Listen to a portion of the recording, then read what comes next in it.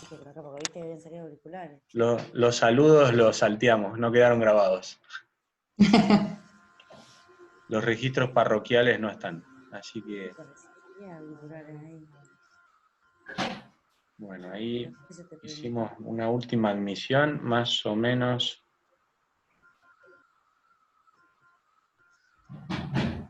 Se van incorporando.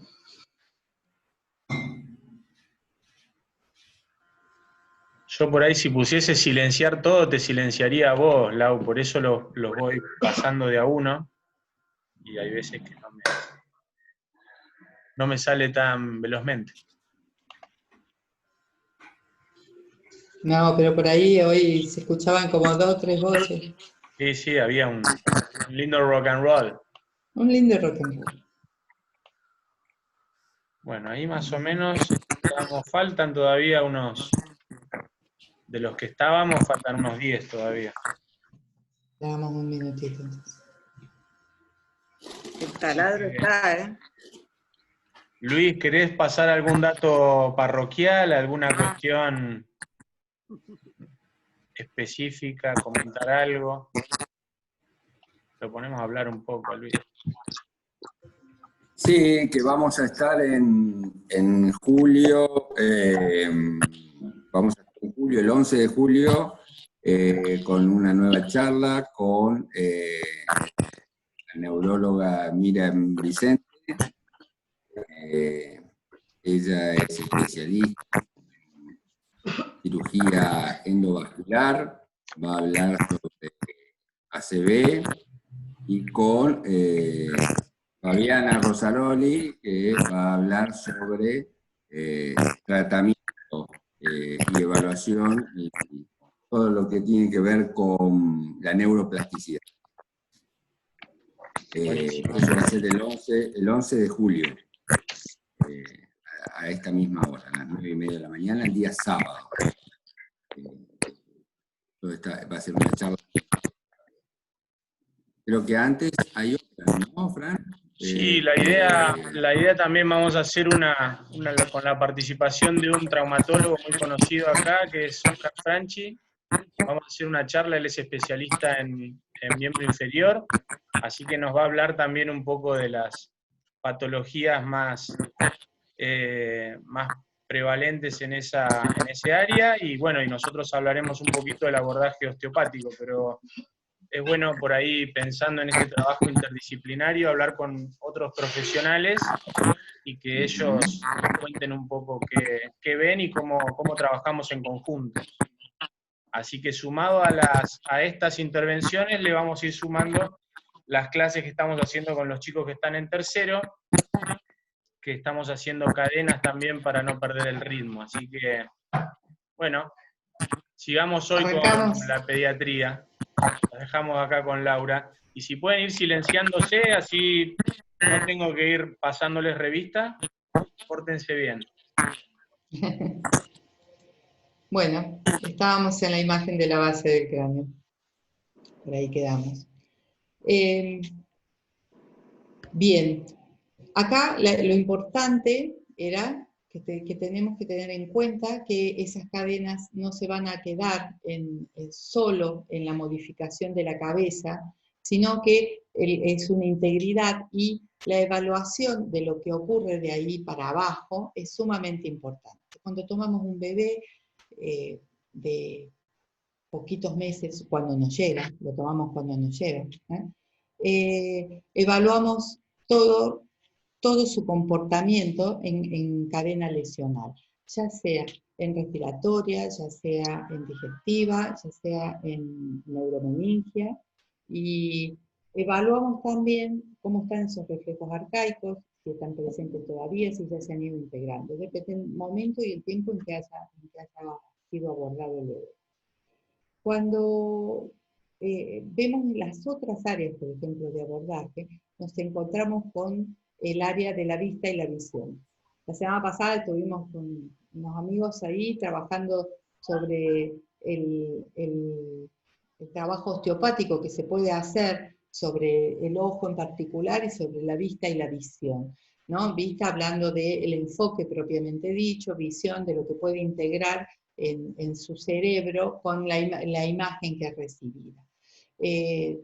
Tropías y forias serían nuestra búsqueda, que es saber a dónde van a parar esos ojitos del bebé. Recuerden que hay varios pares craneales que van a trabajar en la conformación de nuestra visión, y con unas órbitas que tienen una diferencia anatómica, el concepto del exterior que el bebé puede ir incorporando va a ser difícil.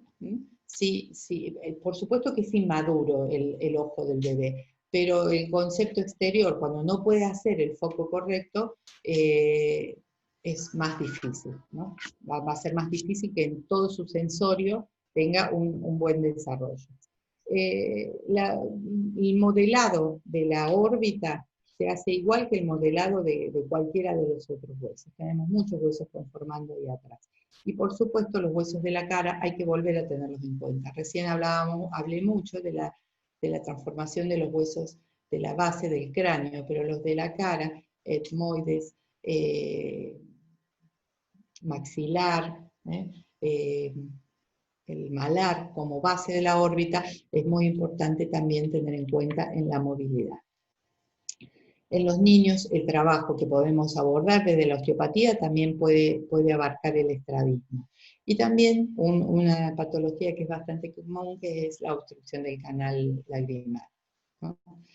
Nosotros hacemos abordaje que tiene que ver también con el sistema simpático y parasimpático. Entonces, si bien eso está inmaduro, podemos ver cómo orientar mejor esas estructuras que van a llevar tanto los impulsos simpáticos, que van a venir más de la columna dorsal, y parasimpáticos, que tienen que ver más con los pares craneales. Bien, avancemos. En la conformación de la cara, vemos cómo estas estructuras que son modificadas nos van a afectar directamente la conformación ósea, los centros de osificación, de un maxilar, de una mandíbula. Fíjense las asimetrías que se pueden dar con un cráneo que tiene una pequeña plagiocefalia, con una pequeña movilización del posicionamiento de la cavidad glenoidea del temporal, y como recuerden que embriológicamente la mandíbula también son dos huesos, entonces esa sínfisis mentoniana se va a adaptar en torsión, igual que lo hace el resto del cráneo. Cuando un cráneo tiene esa conformación desde pequeño, encontramos al crecer una escoliosis craneal, y en esta chica está vista. Una escoliosis craneal puede adaptar, generalmente lo hace con una mordida disfuncional, ¿no? No me sale el nombre. Si me ayudan ahí, ¿cómo se llama esa mordida? Bien. Vemos este caso, que era el que les decía, me encanta el gesto del bebé, ¿no? Cruzada, mordida cruzada, bien, gracias Luis. El gesto del bebé que parece enojado, pero es el típico que ha tenido una compresión de etmoides. Eso va a ser como un traslado hacia posterior, y el ángulo de Goniak va a estar adelantado. Este es un niño que va a tener una tendencia importante a la prognasia. Por eso decíamos que esa movilización en el área etmoides, prefenoides, efenoides, en esa primera etapa, puede ayudarnos a modificar el ángulo basilar y el ángulo de Goniak para que esta prognasia no sea tan marcada. Bien, esto es un paladar ojival, claramente ha hecho una compresión. Sería, para los que trabajamos en osteopatía, como un gran movimiento de una exageración en el tiempo de extensión, ¿verdad? Y a veces nos encontramos, no encontré imagen aquí, no puse, crestas. Cuando palpamos a los bebés siempre le evaluamos la boca, siempre evaluamos a ver cómo está esa conformación anteroposterior general, ¿no? Desde que inicia el movimiento del ritmo cráneo-sacro, y a veces encontramos cresta, que es un maxilar que ha descendido demasiado, como que exagera el movimiento de flexión. Bien, avancemos con otras patologías que podemos tratar. ¿Qué pasa cuando las asimetrías de la base, del occipital, en el área de las masas laterales y los cóndilos, generan esa conformación asimétrica? El niño va a cumplir con las funciones hegemónicas. Y la visión horizontal es una función hegemónica importante. Entonces, el precio, el boleto, lo va a pagar la columna abajo. Así que la conformación asimétrica en el piso de la base del cráneo generalmente va a ser compensada con una escoliosis, para que la visión horizontal se mantenga. Esto es una escoliosis grave, por supuesto. No sé si hoy tenemos algunas de las personas que están escuchando, gente que hace terapia neurológica, y en los niños que tienen alteración del tono, si a eso le sumamos una conformación asimétrica, un desarrollo asimétrico de su cadena visceral también, que tenemos que tener muy en cuenta, las escoliosis pueden ser instaladas y graves. Pero tenemos que ir a buscarla a la base del cráneo. Es importante ir a buscarla a la base del cráneo. Recuerden que esto hasta los 7 años, ni el atlas ni esa zona va a estar terminada de desarrollar. Bien. Escoliosis es un mundo de trabajar que compartimos con los RPGistas. Nosotros hacemos nuestra intervención, pero siempre con la idea de derivación a cada área. Si encontramos esa simetría facial, es muy bueno que trabajamos con un odontopediatra para que a veces con aparatos funcionales, puestos desde muy chiquitos, podemos ir moldeando y a su vez ayudando desde la intervención osteopática. Si encontramos, yo trabajo bastante en común con la gente que hace neurorehabilitación, entonces a veces, aunque tengan alteración del tono, modificar la funcionalidad de estas estructuras colabora mucho en la alineación ideal, llevarlo más hacia lo ideal. Bien. Les pido que vayan anotando si de esto me voy, me desvío, anoten las preguntas, así las después nos dan una charlita para poder sacar las dudas que pueda hacia ustedes. Respecto a la cadena visceral, el sistema digestivo y respiratorio es muy importante en la etapa de inmadurez y cuál es la situación anatómica que hay en un bebé. Hay un punto que me parece que por ahí no hemos abordado lo suficiente y son las secuelas que las intubaciones o las ondas nasogástricas dejan en esa cadena. Podemos tener acción importante desde la osteopatía, tanto en el área laringofaringea como en esófago, como en la cadena inferior, ¿no? en el sistema digestivo inferior. La inmadurez de reflejos o la presencia de ellos más allá del tiempo de integración, sabemos que nos pueden resultar en respiradores bucales. El posicionamiento de ese cráneo con una torsión intraósea de un temporal puede modificar la zona de aireación del conducto auditivo, entonces tenemos otitis a repetición, y sí son áreas de intervención osteopática. Tenemos maniobras para hacer. Acá les muestro algunas imágenes de cómo estos niños han ido modificando, típico respirador bucal, y cuánto puede dejar de huella este tipo de intervención en el bebé. El bebé tiene memoria en su cuerpo y podemos buscar el registro de lo que ha pasado ahí. Recuerden que el tacto es el primer sentido que se desarrolla embriológicamente. Entonces todo este contacto agresivo, interno, fuerte, deja una memoria. Además de la lesión per se, deja una memoria. Entonces está muy bueno trabajarlo en la seguridad o proponerle a los padres ese trabajo para restaurar un vínculo importante con la normalidad. Acá les puse un bebé con la mamadera. Yo he estudiado mucho, pero he sido madre antes de estudiar tanto, y les di mamadera divinamente a los míos. Y están bien, y son hombres grandes, y se han desarrollado sin problema. Y está muy bueno el suplemento. Pero miren lo que pasa en una anatomía normal del bebé.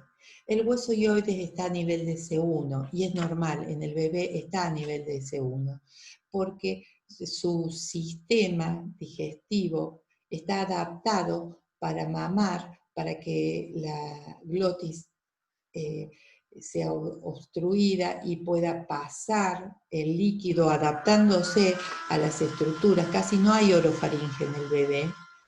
Esto pasa de largo, pero para que le permita además respirar mientras mama. Nosotros o comemos o respiramos.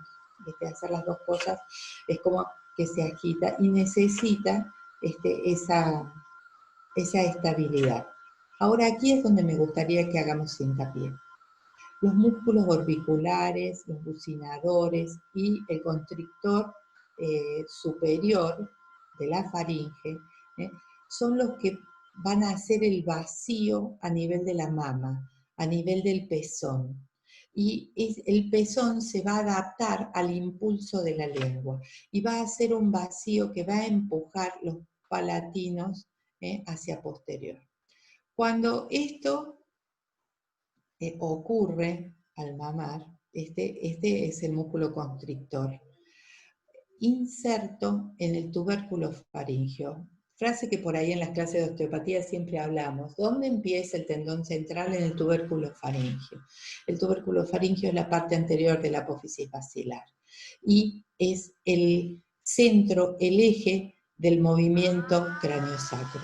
La sincondrosis esfenobasilar, que es esta área, esto es esfenoides, esto es la apófisis basilar, va a movilizarse a partir de un ascenso y descenso de esa articulación, ¿verdad? Entonces nuestra percepción más importante del sistema craniosacro, que es el movimiento respiratorio primario, nace en un impulso que se origina para esa movilidad y que entrena el bebé en la succión al mamar, porque va a ser, acá lo vemos, esto es Michel Busquet, que nos ilustra bastante sobre esto, cómo esa succión permanente ayuda a el movimiento craniosacro que se da en la sincondrosis esfenobasilar, a partir del impulso también de los músculos constrictores de la faringe. Cuando un bebé toma mamadera, utiliza más los músculos de la ATM. Entonces, ahí tenemos como una sobreactuación, como que estamos dejando huella en una musculatura que no sería la ideal, ¿no? Y más aún cuando esa succión la dejamos y le damos una mamadera al nene para que se duerma hasta los 5 años. Entonces, aseguramos un respirador bucal. Bien. Los bebés también, esto es importante la acción que podemos tener, vuelvo a lo anterior, en el área laringofaringea, en la movilización de los cartílagos, en un bebé que ha sido intubado, de los cartílagos traqueales, del tiroide o del cricoide, de tener claro, por supuesto que con la mayor suavidad, que todo el sistema hyoideo tiene que estar libre para que ese primer tendón central, esas fascias cervicales profundas que se conforman ahí, tengan la libertad suficiente. A veces cuando eso no tiene la libertad suficiente, nos puede dar efectos de reflujo o de regurgitación. La regurgitación es normal, esa lechita que el bebé produce. El reflujo ya tiene una complicación un poco más extendida y va a comprometer más al área esofágica, que está inmadura y que tiene áreas que son constrictoras, que van a hacer un movimiento peristáltico, y que pueden ser influidas por una irritación del vago.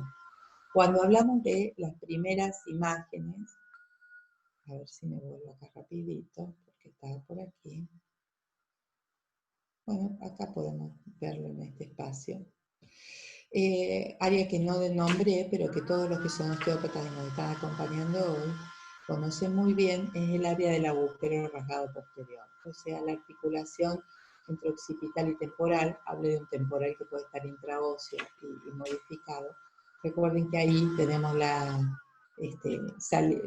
salida de los pares 9, 10 y 11 de la vena yugular, y que es importante que esa zona, si tiene un nivel de compresión pre-post, o si ha hecho una adaptación de una pre o postparto, o si ha hecho una adaptación por una plagiocefalia posicional, puede tener una irritación del vago que va a dar manifestaciones a nivel del sistema digestivo. Bien, volvamos a al lado. Vamos pasando las imágenes lindas que tenemos.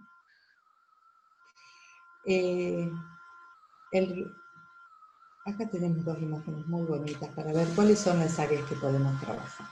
Ese esófago puede tener una inmadurez importante y una zona de tensión por irrigación en el área de los movimientos peristálticos, tanto a nivel de cardias como píloro. El píloro puede ser una zona de irritación importante. Podemos también tener una acción interesante en estos bebés que tienen esas distensiones tan importantes, con tensiones a nivel de la válvula ileocecal, con tensiones a nivel de los ángulos cólicos. Hay muchos bebés que tienen infecciones a repetición. Cuando eso ocurre, suele haber un acodamiento de los uréteres, entonces el trabajo sobre la zona ureteral es importante y posible de hacer. Entonces toda esta cadena visceral tiene que ser evaluada y buscada en tensión. Si yo tengo un bebé al que tomé del cráneo y le puse la mano sobre su abdomen y siento que esa cadena profunda, visceral, tiene tensiones, es bueno que busque cuáles son esas áreas, que pueda hacer una escucha. Bueno, tenemos muchas técnicas para trabajar sobre eso. Después voy a ir al área musculoesquelética. ¿Y cuáles son las acciones que la osteopatía puede tener sobre los más conocidos? Porque en realidad cualquier trastorno, ya sea traumático, puede ser área de acción osteopática. Pero la tortícolis es una de las más comunes y es con las que también tenemos que trabajar. No, yo lo hago en conjunto con la gente que hace neurorehabilitación. Ellos se encargan de trabajar una parte y la parte de compensación de área cervical. Miren lo que puede pasar de entrada torácica. Es un área que desde la osteopatía abordamos y conocemos muy bien. Y a veces en este diálogo que tenemos con los colegas, que suele estar muy centrado en la tensión musculoesquelética, nosotros sabemos cómo trabajar un agujero rasgado posterior para dejar una espinal libre, pero también sabemos cómo trabajar una clavícula, una esternoclavicular, que puede ser también un área de fijación, que puede haber estado comprimida en el parto, que puede haber lesiones intraóseas a nivel del esternón, y que todo eso me puede dar una tensión de ese sistema. Bueno, acá les puse algunas de las otras áreas en las que en particular yo he tenido experiencia de trabajo, ¿no? En las parálisis braquiales obstétricas, nosotros trabajamos todo lo que es la compresión neural y la movilización de esas estructuras. Dejamos a nuestros colegas que hagan la parte de estimulación, que lo hacen y muy bien, pero la liberación de las estructuras se las dejamos como cocinaditas para que ellos trabajen mejor las otras áreas. Las luxaciones de cadera igual. Tanto en las luxaciones de cadera como en los pivots, los tratamientos suelen ser de yesos progresivos o de pañales que sostienen posiciones por tiempos prolongados, y el desarrollo de las cadenas fisiológicas pueden quedar alterados. Y nosotros tenemos unos buenos elementos para trabajar sobre todas las articulaciones. Los movimientos menores que nosotros evaluamos son muy, muy importantes para un trabajo de pivot, por ejemplo. Las descompresiones de las articulaciones en el pie, el trabajo neural de la liberación de la cadena, porque estos niños suelen tener también un bajo desarrollo de los peroneos, entonces descomprimir el área neural de los tibiales, del ciático popliteo externo, desde la movilización neural, es sumamente interesante y tiene un efecto muy, muy bueno, y la verdad hemos tenido resultados excelentes. Tener en cuenta que los valgos varos de rodilla pueden ser producto de una cadena visceral en tensión, que los mesos pueden tener una retracción por una sobresolicitación de la cadena de flexión. Entonces a ese bebé después el equilibrio de tensión interna lo lleva a rotación interna de rodilla, que va a generar un valgo o un varo si ha tenido alguna compresión sacra sobre todo. Y que también hay una etapa fisiológica, no todo es lesión, que hay una etapa fisiológica en donde nosotros podemos facilitar y dejar, porque el bebé también tiene ese tipo de posicionamiento. Las torsiones tibiales, las intraóseas tibiales son motivo de acción nuestra. Es una posición que el bebé adquiere en el embarazo, y a veces no llega a un pivot, no afecta a la articulación del tobillo en sí, pero la tibia puede tener una torsión importante. Y si lo hacemos como moldeado en los primeros meses, tenemos unos resultados excelentes. Bien. Acá hice como un listado para los que son del gremio, bastante simple supongo, pero para tener claro desde dónde trabajamos y qué tipo de acciones tenemos. Que a un bebé que viene con una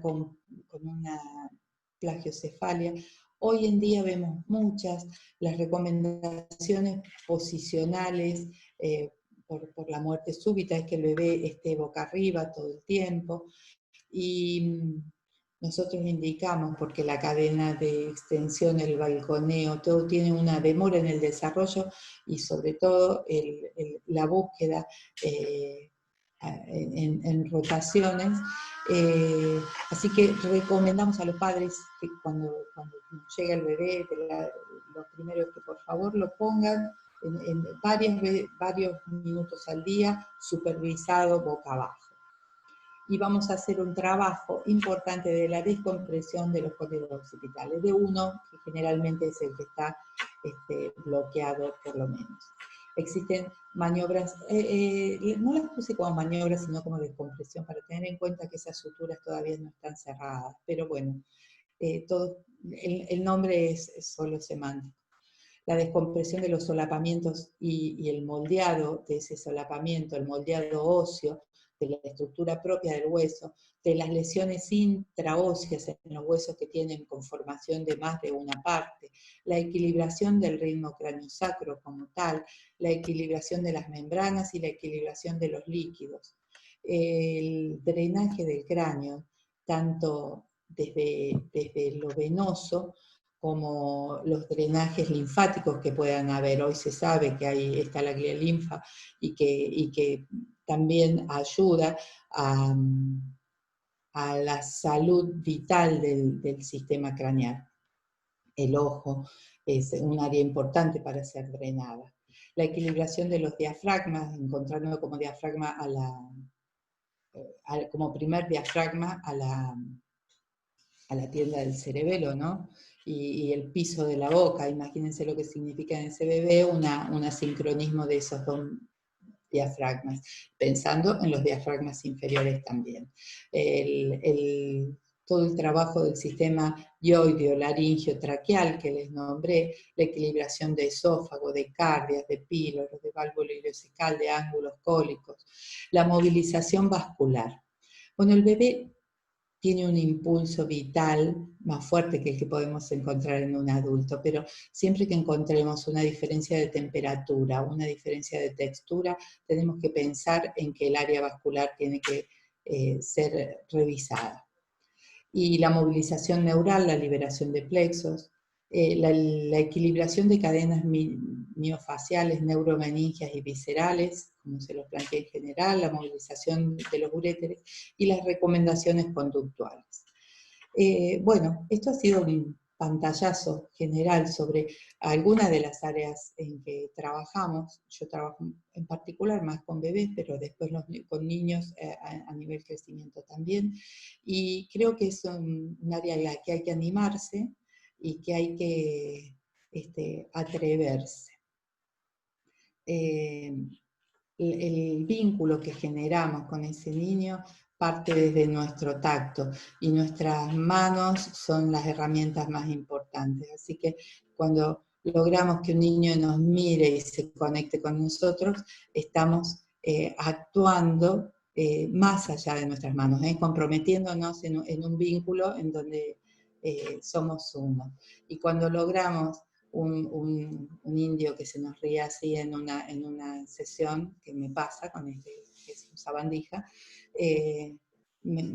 creo que cumplí con mi trabajo, con muchísimas limitaciones, pero siempre teniendo como objetivo que el desarrollo se parezca a lo que les planteé al principio, ¿no? Una posibilidad exponencial de equilibrar todas las estructuras. Y bueno, espero que esto haya ayudado. Los dejo abiertos a las preguntas. Sí, acá justo te iba a comentar que en realidad nos están quedando un poquito menos ya de 10 minutos, y por ahí si quieren hacer algunas consultas, que charlemos, intercambiemos un poco, lo podemos hacer ahora. Si vemos que nos quedamos sin tiempo, armamos otra reunión, pero bueno, por ahí con estos 10 minutos tal vez nos alcance para compartir algún intercambio. Me parece que estuvo bien presentado el panorama como para que sepan lo que hacemos, lo que podemos hacer de la osteopatía, y bueno, y me parece que tiene que ver con el trabajo en conjunto, ¿no? Por ahí el que tiene más capacidad se anima, y el que no, se lo manda a Laura.